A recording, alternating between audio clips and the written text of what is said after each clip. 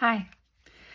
I want to continue talking about internal systems of programming, but this time I'm also going to talk about alien encounters. And I know that that is a very hot topic, and we're all learning.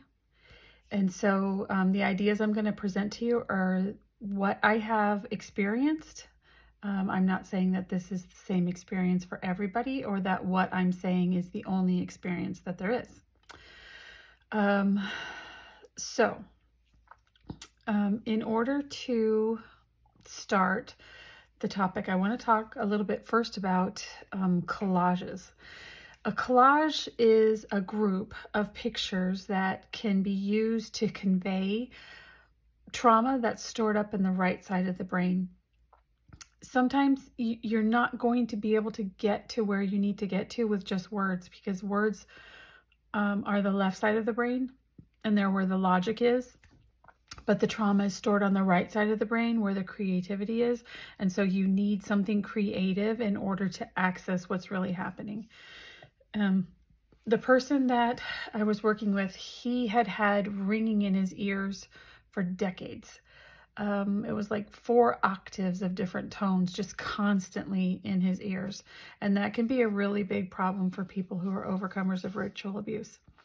So I asked him to pick some pictures that were related to the ear ringing, just to listen internally for words or direction, listen to the Holy Spirit, and pick some pictures and put them all on one page.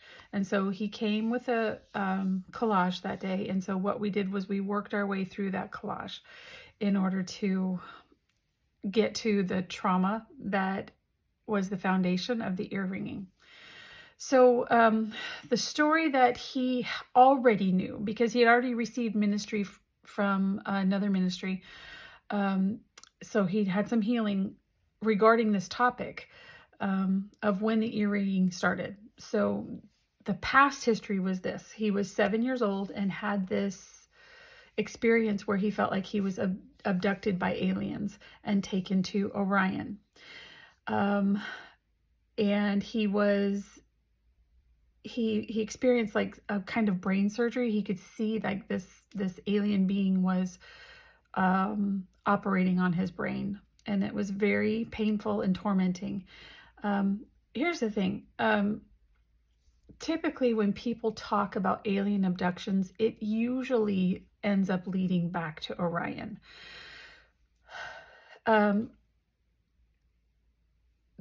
They're actually fallen ones. So they present as aliens. They want to present as, spooky and other life forms, but it's just a fallen one is all it is. So the thing about time, like when we're here on first heaven, like our earth right now, time is ordered and structured in a different way than it is in the second heaven or the third heaven.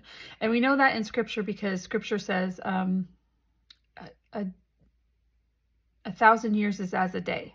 So a 1,000 years here is like a day in heaven. So time can pass differently.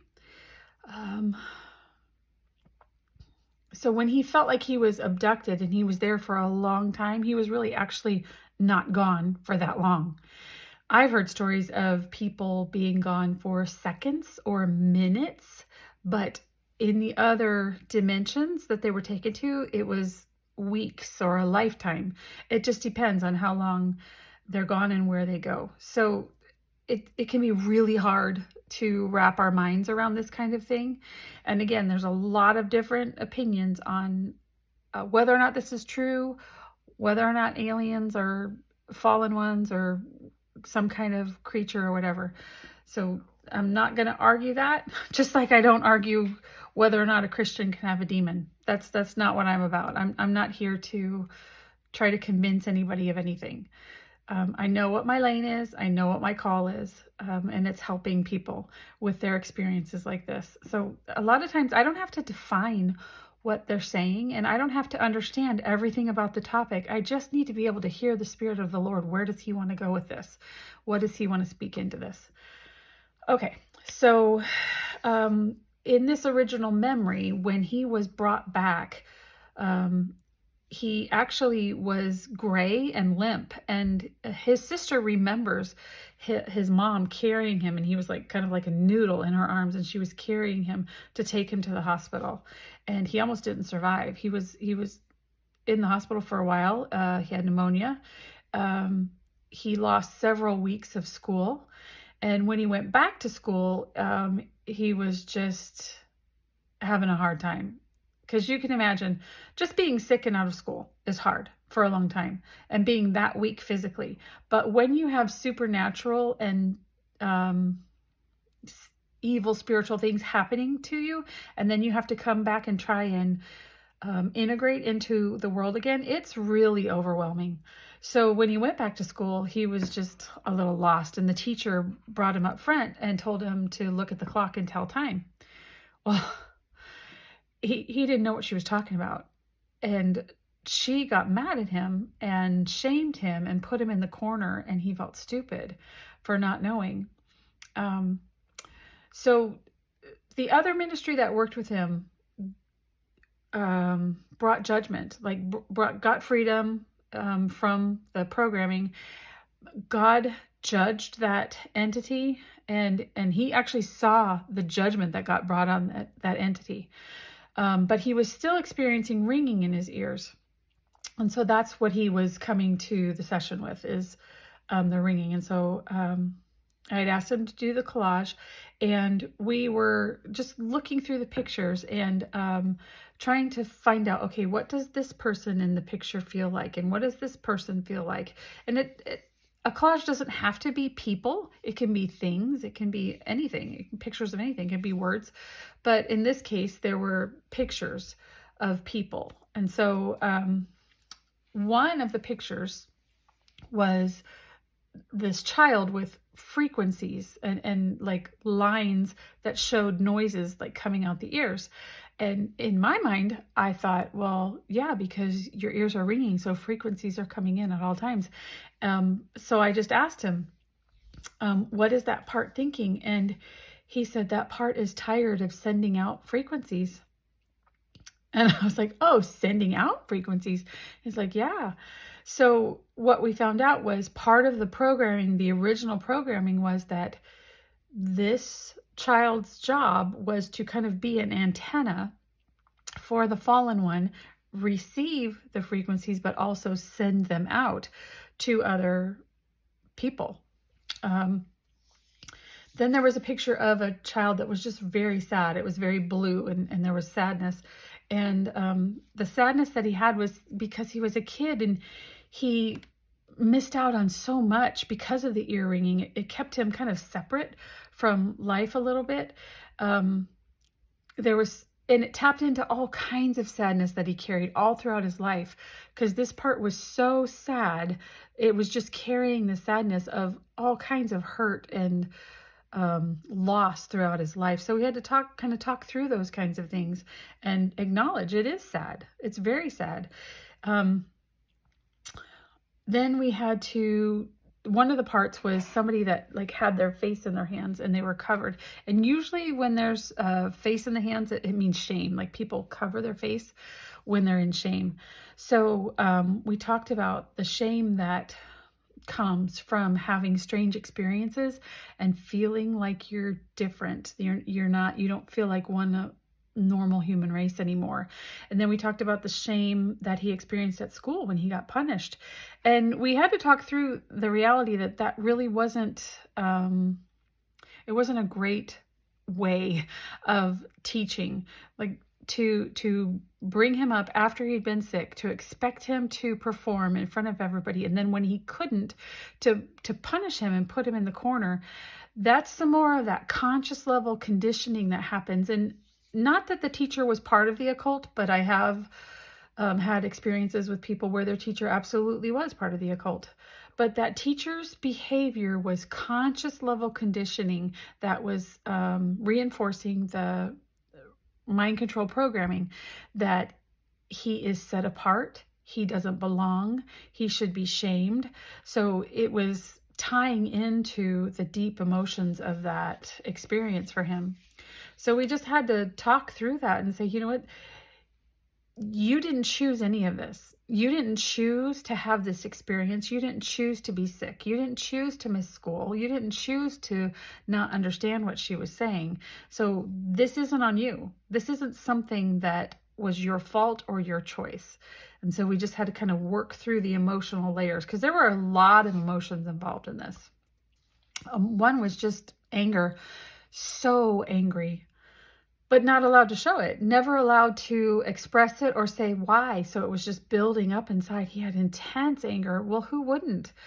You know, even let's say that this just happened on this earth. Somebody took him somewhere and harmed him for a period of time and then threw him back into his regular life. That would be so angering. But you, on top of that, you're adding to that things that don't feel like they can be possible, but they are. So he's got no way of classifying what he just experienced, no way of talking about what he just experienced, because who would believe him, even if he did remember it? So all of that is within the child. And they don't even know it, but they're trying to manage all of that emotion. One of the pictures was just confusion, somebody who was just totally confused. Why is this happening? Why can't I get the ringing to stop? Is this all my fault? So a lot of questions just kept circulating and keeping him just from being able to function. An interesting picture that I saw in the collage was there was a hand, and the hand was pulling all these strings, and at the bottom of the string there was people. And typically to me that would mean there's a programmer that pulls on strings, and that can be an outside programmer, but because he had already said that he had worked through the original event where the outside programmer was actually a fallen one, and that the Lord had punished that fallen one, I knew that that hand then represented an internal part of him that was set up to keep this program going.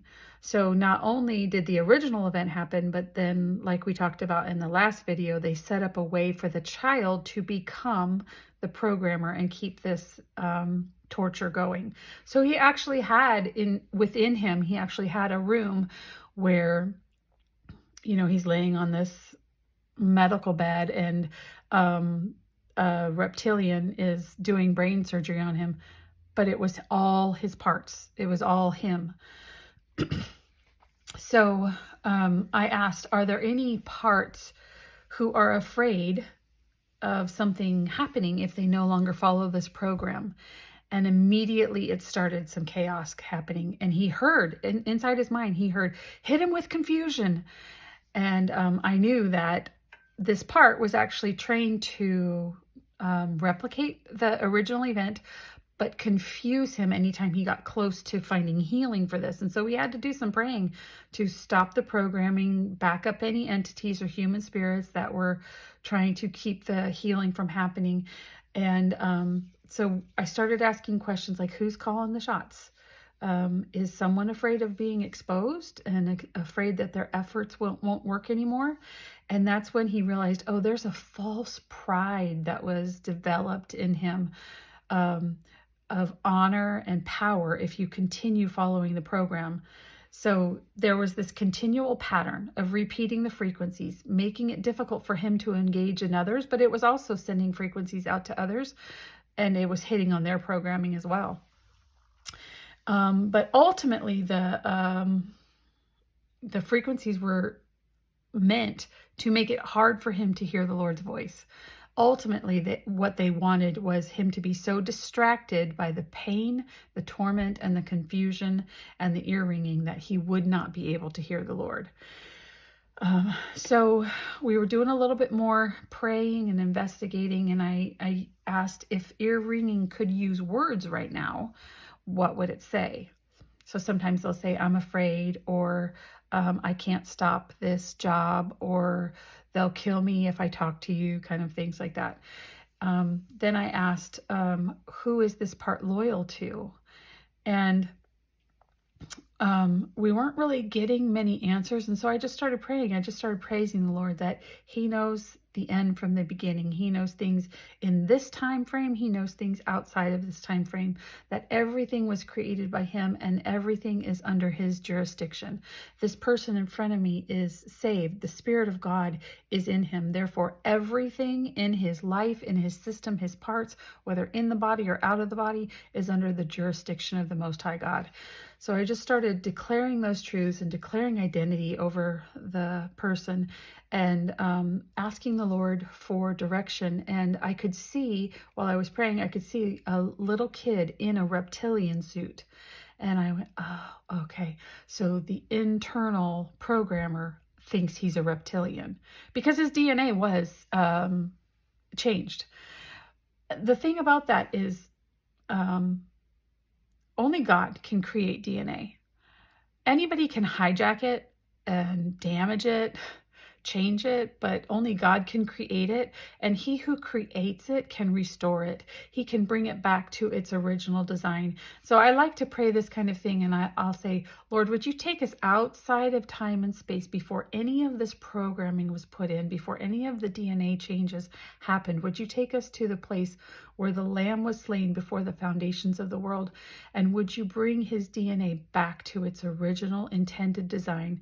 Bring back what is His, take away what is not. So when we started praying that, then He could see the little boy in the reptilian suit. And the little boy wanted freedom. He wanted out. So I asked him, okay, I said, okay, so let's just unzip that suit and let's step out of that. And then, so we asked Jesus to come in and bring some healing and connect with him again, because all of this torture was meant to disconnect him from His mercy for himself. He's a very merciful man. He has so much mercy for other people, but he had none for himself. And so I asked the Lord to bring back the mercy. Well, I can't say he had none for himself. He had some healing, so it was a work in progress. But we asked the Lord to bring back the mercy that was taken away by this original event, and then to bring back mercy for himself so that he'd no longer continue this kind of harm on the inside. And his spirit was released from bondage and brought back to life again. So a lot of times in rituals, if the person is taken to the point of death, then they are wrapped in a layer of sorcery to keep that part of their spirit wrapped in death, but also able to be siphoned off for empowering the kingdom of darkness. So the person themselves doesn't get any of the benefit of it. The kingdom of darkness does. And so we ask the Lord to remove the sorcery and the programming and the death that was put on him and bring him back to life again. And breathe the neshama, breath of God, the Spirit of God that created his core self, where deep answers to deep. So the deep of our spirit speaks to the deep of God's spirit. That's where we ask the Lord to breathe his breath back into him and bring the scattered parts of him back from these experiences wherever they were taken and wherever they were captured. So when the Lord did that, the Lord showed me a picture of this huge bowl in heaven. And the bowl was full of this liquid, kind of liquid goldish, beautiful, shimmering, like water. And it was all the prayers that this man had prayed and all the worship that he had done in his entire life, and it was stored up in this bowl. And when we asked the Lord to bring healing to him, the angels came and just tipped that bowl, and it poured from third heaven down into him and washed away the pain and the shame and the sadness and the anger, the confusion, all of that, just washed it away and filled him up. And he experienced immediate joy, which was incredible, because if you would have seen those pictures, they were heavy, just so much pain. But the joy that got poured into him immediately was incredible. So we talked about the need for him to look for and cultivate joy in his daily life, to look for the good that's happening, look for the things that are beautiful, and really build up that joy muscle and exercise it. And the Lord told him that his job now, instead of being an antenna for those frequencies from the occult, his job now was to be a carrier of the frequencies of God Most High and of His kingdom. And he said, you just walk in the healing that came, and as you breathe, and you're aligning yourself with life, you're aligning yourself with joy, you're aligning yourself with my spirit. As you breathe, my spirit will come to those around you and bring healing with everyone you come in contact with.